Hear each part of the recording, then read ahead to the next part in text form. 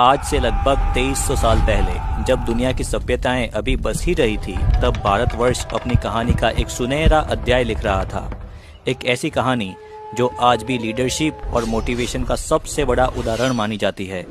304 BC मतलब आज से तकरीबन 2300 साल पहले आधी रात मौर्य साम्राज्य की राजधानी पाटलिपुत्र, जहां अब बिहार का पटना है, उसके राजमहल में एक पुत्र का जन्म हुआ। वह पुत्र सम्राट बिंदुसरा और सुभाद्रागी का पुत्र था। उसका नाम था अशोका, जो महान चंद्रगुप्त मौर्य का पोता था। एक ऐसा बालक जिसे इतिहास the great emperor of ancient India के रूप में याद करता है।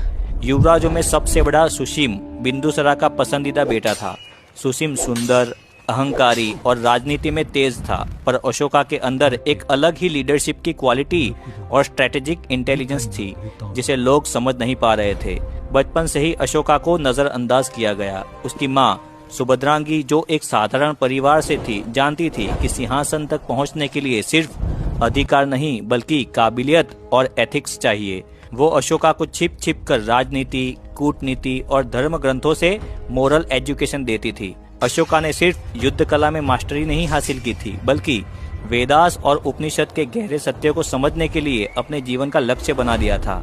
यही उनका पहला self development and leadership phase था। धीरे धीरे समय ने अपनी करवट बदली और अशोका की शोहरत राजमहल की दीवारों से बाहर फैल गई।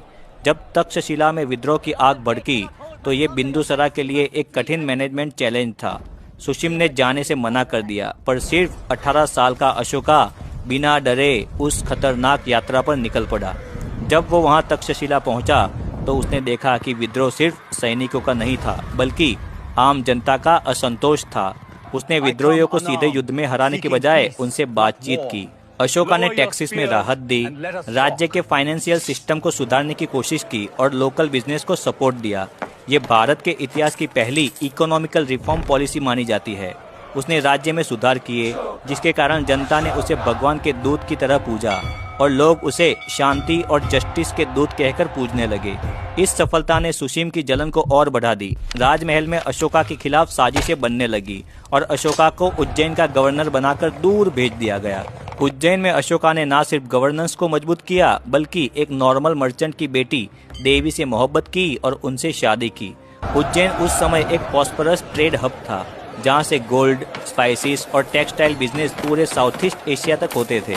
अशोका ने उन्हीं ट्रेड रूट को सिक्योर करके अपने एम्पायर की इकोनॉमी और बिजनेस नेटवर्क को स्ट्रॉन्ग किया।